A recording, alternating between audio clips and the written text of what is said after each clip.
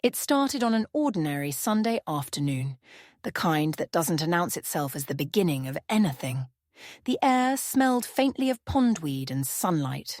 My children were laughing near the edge of the park lake, tossing crumbs toward the green water where ducks churned in slow circles. I remember watching them, the twin girls in their matching pink raincoats, and little Sam with his blue baseball cap tugged low, and thinking how peaceful they looked. For a moment I felt invisible, as though my life were happening in soft focus, slightly removed from me.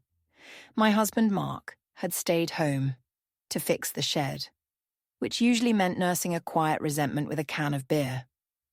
It wasn't always that way, of course. Once, long ago, he had been gentle, even tender. But years of bills, late nights, and the small abrasions of marriage had dulled him, and perhaps me too. I had stopped trying to make him see me. Somewhere along the way, we'd both agreed silently that this was what survival looked like. Polite endurance. That afternoon I stood near the railing by the pond, the sunlight slicing the surface into shards of gold, and that's when I noticed him. He was sitting a few benches away, reading, or at least pretending to read. I caught him glancing up now and then. He looked too young to be entirely serious, maybe late 20s. There was something unguarded in his expression, an openness that made me uneasy, because I couldn't remember the last time I'd met anyone who looked at the world that way. He smiled once when our eyes met, not forward or presumptuous, just a brief flicker of acknowledgement. The way you smile at a stranger you somehow recognize from a dream. I turned away quickly, embarrassed at my own pulse. Later, when the children ran back for more bread, he stood and offered a small comment about the weather, the ducks, something inconsequential. His voice was calm, low. He said his name was Evan. He told me he was a writer, though when I asked what he wrote, he laughed softly and said, "Mostly things. Nobody reads." That first exchange lasted no more than a few minutes.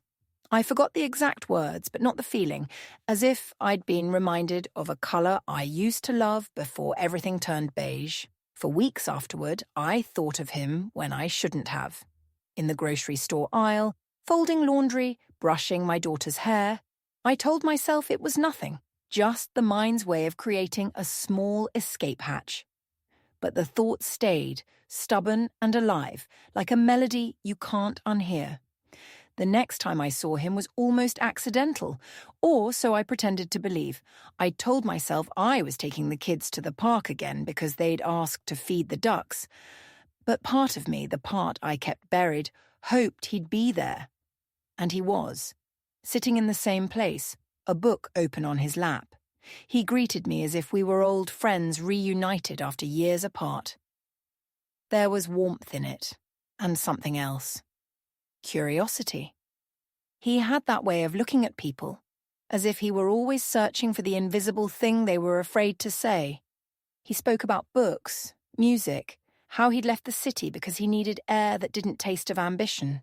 I didn't understand half of what he meant, but I nodded, drawn to the rhythm of his voice. We met like that several times. Always by chance, though. I know now that nothing about it was accidental. He learned the children's names, brought small things. Sunflower seeds for the ducks, a tiny notebook for my eldest daughter. He never crossed a line, not at first. He was patient, careful, the kind of patience that hides intent behind kindness. At home, Mark had begun to notice my absences. "The park again?" he'd ask, not looking up from his phone. "You're there a lot lately." I'd answer lightly, "The kids love it." He'd grunt. Our conversations had shrunk to practicalities, dinner times, school notices, money.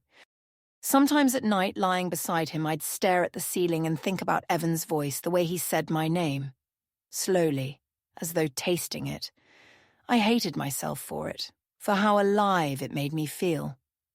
But I also hated how small I'd become inside the life I'd built. Evan began to text me after a while. Little messages that seemed harmless at first. Saw a duck that looked disappointed today. Thought of you. Or the skies pretending to be brave. Storm coming. His words were peculiar, poetic in a way that felt like secret code. They made me feel like someone worth addressing with beauty again. One afternoon, he asked if I'd like to walk with him, just for a bit while the kids played. I said yes before I could think. The path wound through the trees where sunlight filtered down like slow rain. I remember he told me about a short story he was writing, about a woman who forgets her own reflection. When I laughed, he said, "You know, I think you'd understand her." Something in me shifted then. The faint click of a door unlocking. That night I couldn't sleep. I kept replaying our walk, his words. I told myself nothing had happened. And yet everything had. Over the next months our meetings became a rhythm, a quiet pulse beneath the surface of my daily life. I still cooked dinner, packed lunches, folded laundry, but part of me lived elsewhere, in a hidden world built from glances and messages and long, trembling silences. He never demanded anything he didn't have to. I was already giving him more than he asked. When we finally touched, a brush of his hand over mine as we sat on the bench, it felt both electric and inevitable. The air around us seemed to hold its breath. He whispered, "You make everything feel less temporary." I should have pulled away, but I didn't. I can't say exactly when desire turned to disaster, only that it did so quietly, as if fate preferred to move without witnesses. Mark found out in fragments. A text I forgot to delete. The sudden change in my voice when I said Evan's name by accident, the silence afterward was worse than shouting. He didn't rage, he just withdrew completely. A kind of ghosting within the same house. For months we lived like strangers sharing air. I tried to end things with Evan, but he had a way of drawing me back, not with threats, but with need. He'd send a message at midnight. "I can't breathe without you." And I would go to him, every time. When I told him I was thinking of leaving Mark, he didn't say no. He just smiled that quiet smile and said, "You have to do what makes you free." Freedom. That word haunted me. I imagined it as light pouring through an open window. I didn't see the cliff beneath it. The divorce was brutal, though not loud. Mark was calm, methodical. He kept the house. I insisted he should, for the children. I moved into a small apartment across town, 1 bedroom, peeling paint, a view of a parking lot. Evan helped me move, carried boxes, kissed me against the bare wall.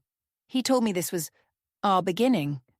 But beginnings have a way of turning into repetitions of what came before. Soon, Evan's warmth began to cool. He grew restless, distracted. He said he needed to focus on his writing. When I asked if he'd eaten, he'd smile thinly. "You sound like someone's wife."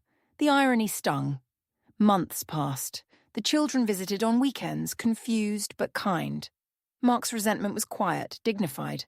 I envied his strength. I was unravelling, waiting for texts that came less and less.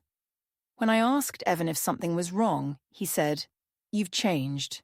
You used to be light." I didn't know how to explain that light doesn't survive long in small rooms. The day he left me, it was raining. He came by to talk. He said he was moving to another city, a fellowship, he claimed. He didn't say, "I'm sorry." He said, "You'll be fine. You're stronger than you think." Then he hugged me like one hugs a relative they'll never see again. After the door closed, I sat on the floor for a long time. The apartment seemed to tilt, the sound of the rain thick as grief. I thought of calling Mark, of begging, but I knew it was too late. Some losses can't be undone. They harden into the structure of your life. Years passed. The children grew, visited less often. I moved again, smaller each time. My work, part-time bookkeeping, kept me afloat. Barely. Evan published a book once. I saw his name online, smiling in a photo beside a young woman. I didn't click. Some ghosts are better left unrecognised. Sometimes I walk by the old park. The pond is the same. Still water, indifferent ducks, sunlight on the surface. I sit on a bench and watch families pass, the laughter of children like echoes from a time I can't return to. I think of how everything began with a smile, a simple human gesture, how that small warmth became the spark that burned through an entire life. People like to believe tragedy arrives with thunder, but mine came with quiet footsteps and soft words. I don't hate Evan anymore. Nor Mark.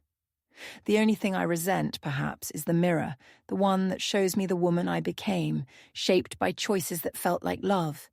Sometimes when the sun hits the water just right, I imagine another version of myself, one who fed the ducks that day, smiled at a stranger, and then went home to make dinner. A woman who never confused being seen with being saved. But that isn't me. The air cools as the day fades. The pond ripples once, briefly disturbed by a passing breeze, and then settles again into stillness, like forgiveness that never comes. I rise, pull my coat tighter, and walk away. Behind me, the water keeps its secrets. I never imagined I would see Mark again. Not properly. Not as a man who had once shared a bed with me, a life with me, and now carried the weight of our silent years in his eyes. Yet here he was, standing in the doorway of the small cafe where I had taken refuge from a cold October wind. The bell above the door jingled as he entered, and for a heartbeat, I thought I might vanish into the shadows behind my coffee cup. He didn't notice me at first. He was scanning the menu, brow furrowed, muttering under his breath. Then, slowly, recognition came. That same quiet calm, the same reserved exasperation, met my gaze.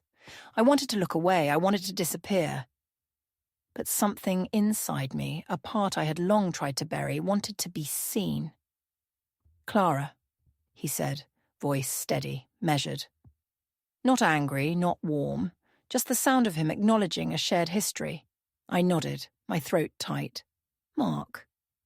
We sat at a corner table, an awkward arrangement of chairs and unspoken words.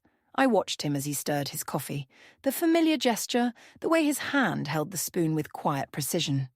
Time had not changed some things remained stubbornly human, stubbornly tender. Our conversation began cautiously, each of us testing the waters. How are the kids? How's work? The usual questions that feel like polite fences around deep, unspoken territory. But then, inevitably, the surface cracked. "They ask about you sometimes," he said, and I felt my chest constrict. "They're old enough to understand a little more now. They want to see you." I didn't speak for a moment. The words hung between us like smoke. I had imagined this meeting countless times. In my mind, I was stronger, more composed. In reality, my hands trembled as I clasped the coffee cup. "They miss you," I whispered. Not all of them, not fully, but enough that guilt coiled inside me, tight and sharp. Mark nodded. "They're resilient like all children, but they feel it. You weren't here, Clara. You weren't." The accusation was soft, almost tender, but it cut me open. I had known this, of course. I had lived with this knowledge every day. Yet hearing it voiced aloud brought a new weight, one that pressed me down into the wooden chair beneath me. I tried," I said, my voice faltering. I thought I was giving them a better life." Mark's gaze softened just slightly. "Better life? Maybe, but not the life they wanted." I swallowed, realizing how little I understood of them, of myself, of the way choices ripple outward long after we've stopped noticing. The silence stretched, punctuated by the faint clatter of cups and the murmur of other patrons. Then hesitantly Mark said, "They want to see you.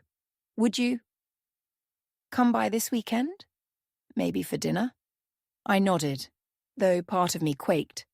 The thought of seeing them, my daughters, my son, with faces older, voices grown, both thrilled and terrified me. Could I bear the weight of what they might say? Could I survive their disappointment?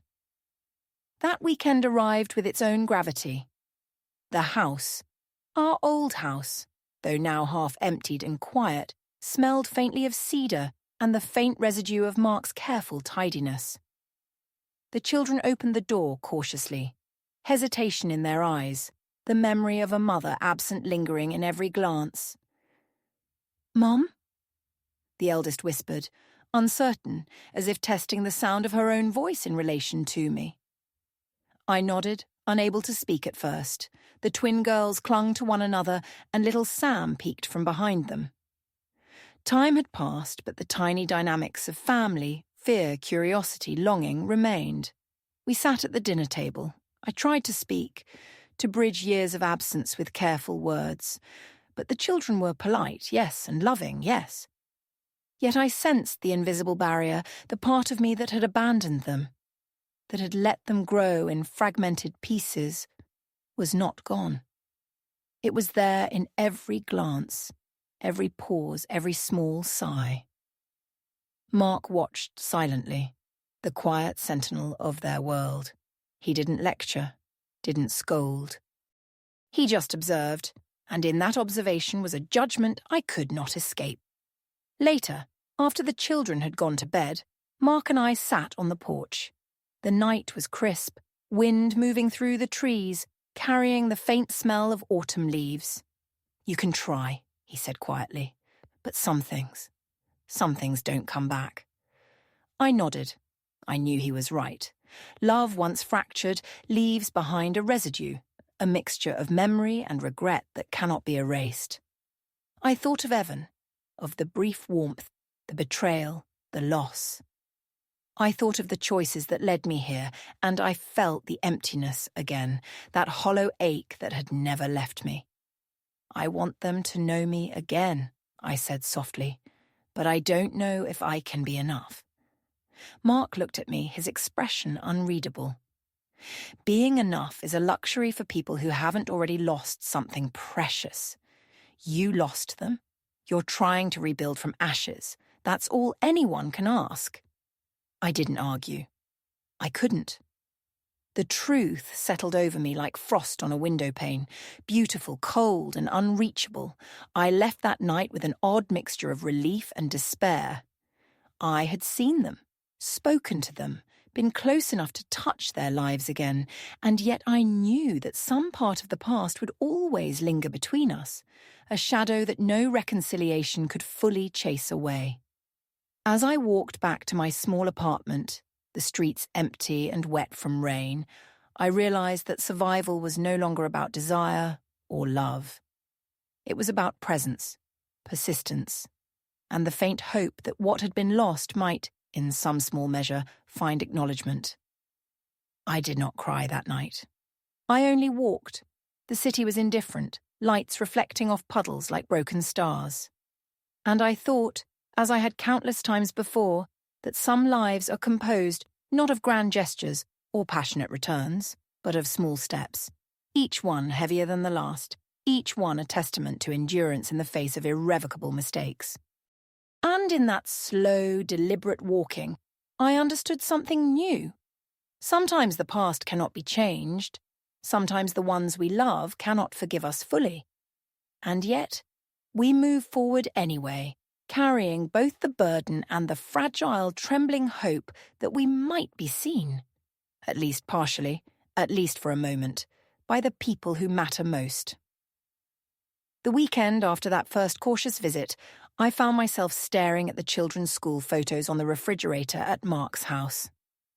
I hadn't seen them for months, and yet the images seemed to weigh on me with a strange intensity. The smallest details I had forgotten. The way Sam's hair curled slightly at the nape of his neck, the tilt of my eldest daughter's jaw, the sparkle in the twins' eyes when they laughed. I wanted desperately to be a part of that, to reclaim some fraction of what I had lost. And yet, even as I imagined it, the fear clung to my chest like a cold stone. What if I was too late? What if they no longer wanted me? Saturday morning I arrived early, clutching a small gift for each child. Nothing extravagant, just small tokens of remembrance. A notebook for the eldest, crayons for the twins, and a baseball for Sam. Mark greeted me at the door with a quiet nod. His eyes were steady, and in them was that same calm I had once found comforting, now tinged with wary observation. The children were slower to warm. My eldest daughter, the one who had always sensed my moods, kept her arms folded as she studied me, The twins hovered behind her, uncertain. And Sam. Sam simply watched, silent, his expression unreadable. We tried to have breakfast together. I attempted small talk, asking about school, friends, books they were reading. They answered politely, but I sensed the barrier, invisible yet firm. Each word I spoke felt filtered through years of absence. Each smile I offered weighed against memories I could not undo. At one point, my eldest daughter looked at me directly and asked, voice trembling slightly, "Why did you leave us?" The question pierced me. Not because it was unexpected, I had anticipated it, rehearsed responses, but because the sheer honesty of it cut through all the pretense, all the careful explanations I had held on to. I swallowed, my throat tight, and simply said, "I made a mistake. A terrible one. I thought I was finding happiness, and I lost sight of the most important thing I had. You?" She didn't respond immediately. Her eyes, so like Mark's, flicked toward her father, then back to me. I could see the mixture of anger, hurt, and longing in them. It was a look I recognized, one I had worn myself too often in my own youth. After breakfast, we went outside to the small backyard. The sun was pale, a weak autumn light. I knelt beside them, trying to engage in games, tossing a ball, laughing when the twins chased it, trying to mimic the carefree mother I once had been. And yet, each moment of joy was shadowed by the knowledge of what I had taken from them, the countless weekends missed, the birthdays unattended, the silent nights when they must have wondered where I was. Later, when they were finally indoors for a quiet reading hour, I stayed outside, sitting on the porch steps, watching the wind move through the trees. Mark came out silently and stood beside me. "They need time," he said softly, "and so do you." I nodded. I wanted to believe that, but beneath that nod was the gnawing truth I had felt for months. I could never fully return to them. My presence was tainted by choices I could not undo, and no amount of contrition could erase the years lost. Even Evan's memory intruded, a bitter shadow reminding me why I was here and yet not here. I had traded one absence for another, seeking solace in a man who could never give it, and now I was confronting the tangible consequences of that folly. The week drew on. I visited sporadically, each encounter more exhausting than the last. Sometimes the children warmed slightly, sometimes they recoiled, and each night, returning to my apartment, I felt the crushing weight of isolation. The space around me was silent, yet deafening, filled with echoes of mistakes, lost opportunities, and the life I could no longer reclaim. One evening, after the children had gone to bed, I sat in my dark apartment and allowed myself a rare indulgence: tears. Long, unrelenting sobs that shook my body, exhausted me, reminded me of the depth of my grief. I thought of the ducks at the park, the laughter of my children, Evan's smile, Mark's quiet observation, all fragments of a life splintered beyond repair. I realized then that reconciliation, at least in the form I had hoped for, was impossible. I could exist beside my children, speak to them, be present, and yet the past would always linger, a spectre that made every moment fragile. I was their mother, yes, but not the mother they had deserved. And that truth settled over me, immutable and cold. Days turned into weeks. I attempted to rebuild routines, to show up for school events, doctor's appointments, little victories that should have mattered. And yet, each act of presence reminded me that absence leaves a residue deeper than any action can erase. Eventually, even Mark's patience thinned. His polite tolerance, the quiet acceptance of my attempts, became subtle reminders that I was an outsider in a life I had once inhabited. The children sensed it too. I felt it in every glance, every hesitant step toward me, every word measured as if I were an experiment in their world, not a mother fully restored. One night I found myself walking past the pond again. The same ducks floated on still water, sunlight refracted through autumn leaves. I realised that some losses cannot be mended by effort alone, and some bridges cannot be rebuilt once burned. I touched the water's surface, ripples spreading, reflecting my own fractured self. And I understood something I had resisted for years. The past does not forgive. The choices we make, the people we hurt, the love we squander, they remain as shards embedded in the heart of our lives. We can try to navigate around them, but the shards cut nonetheless, silently, constantly.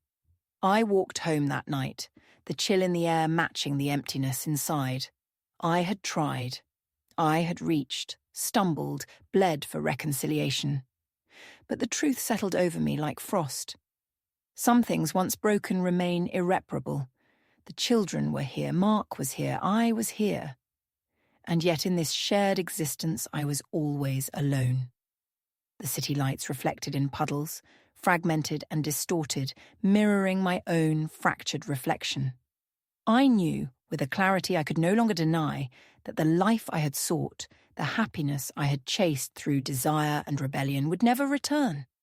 Some debts are owed not to others but to ourselves, and some losses are ours, alone to carry. I walked on, the night swallowing me, the wind whispering through the trees. The pond, the park, the children's laughter all remained, distant and untouchable, and I, a woman once full of hope, full of desire, now moved quietly through the ruins of her own choices, carrying nothing but the awareness that some tragedies are permanent and some hearts are forever broken. The winter came early that year, pale and relentless. Snow fell softly on the streets, coating everything in a hushed, indifferent white. I walked through it, coat buttoned tight, hands buried deep in pockets, and felt the weight of my own absence pressing on me, heavier than any storm. The city was alive around me, yet I had become a ghost within it. I had really tried to reach my children. I had come to dinners, school events, and doctor appointments. I had shown up with gifts, with apologies, with fragments of myself that I thought might matter. But each time I left their house, their smiles fading behind me like shadows, I realized that some distances cannot be bridged, no matter how much we stretch. Mark had grown quieter. Polite, yes, but distant in a way that carried both judgment and sorrow. I could feel it in the way he offered the children my attention. A careful watch, a silent veto against my intrusion. He had forgiven, perhaps, in the sense that he had let me remain part of their lives, but he had not forgotten. And neither had I. I returned to my apartment, smaller than ever, walls bare, the air thick with silence. The city outside seemed to pulse with life I could not reach. People walked by, laughing, talking, loving. I walked past, invisible, a woman who had made her choices and now paid the price. Evan's betrayal, though years passed, still lingered. I remembered the last time I saw him, his words, his smile, his easy retreat. I remembered the apartment empty after he left, the sound of rain on the window, the cold that seeped into my bones. I had once thought love would redeem me. I had once thought that someone's warmth could repair the fractures in my heart. I had been wrong. Sometimes I dream of the children, their faces bright and untroubled, the laughter I lost, the hands I should have held. I wake with a hollow ache, a reminder that time does not undo what it has seen. Some losses are permanent, some hearts are never made whole again. One night I walked back to the park, the pond frozen now, ducks long gone for the season. The benches were empty, the trees skeletal, the wind a sharp whisper. I sat on the cold metal of the bench, my coat heavy around me, and felt the emptiness spread. I was alone, not just physically, but in a way that touched every corner of my soul. I thought of Mark, the children, Evan, the life I had tried to live, the choices I had made. I thought of my own reflection, pale and unfamiliar in the icy water. And I understood with a clarity that was almost unbearable that some tragedies do not resolve. Some stories do not have redemption. I remained there for hours, watching the snow settle over the pond, the city dim and distant, until the cold reached deep into my bones and I felt nothing but the slow, steady ache of absence. No one came. No one called. No one needed me. The park, once a place of fleeting joy, of whispered possibility, was silent. The ducks would not return until spring was, and I would not return to them either. I walked home through the snow, footprints fading behind me, and realized that my life had been reduced to fragments, to echoes of love and loss, to a slow, unbearable solitude. Somewhere in the distance I imagined laughter, children, families, warmth. But it was not mine. I could not claim it. The life I had once imagined, the hope I had chased, had dissolved into the winter air, leaving nothing but the quiet truth. I had loved, I had erred, and now I remained alone, a witness to my own ruin. The apartment welcomed me like an empty shell. I closed the door, sat by the window and watched the snow fall, each flake a small, cold reminder that the world moves on, indifferent to our grief. And in that stillness I knew, finally, that some losses are eternal, some hearts irreparable, and some lives destined to end in silence. I did not cry. I only sat, letting the snow drift across the city, letting the cold seep in, letting the silence become my companion. The pond, the children, the love I had sought, all gone, leaving only the slow, deliberate awareness of my own solitude. And in that silence, I understood the deepest truth I had ever known. Life does not forgive, and some stories do not conclude with happiness. They conclude with the echo of absence, the weight of choices, and the quiet, unrelenting knowledge that some hearts are forever broken. I remained there as the night deepened, the snow settling, the city alive but unreachable, and I at last became a woman who had lived, erred, loved, and lost everything.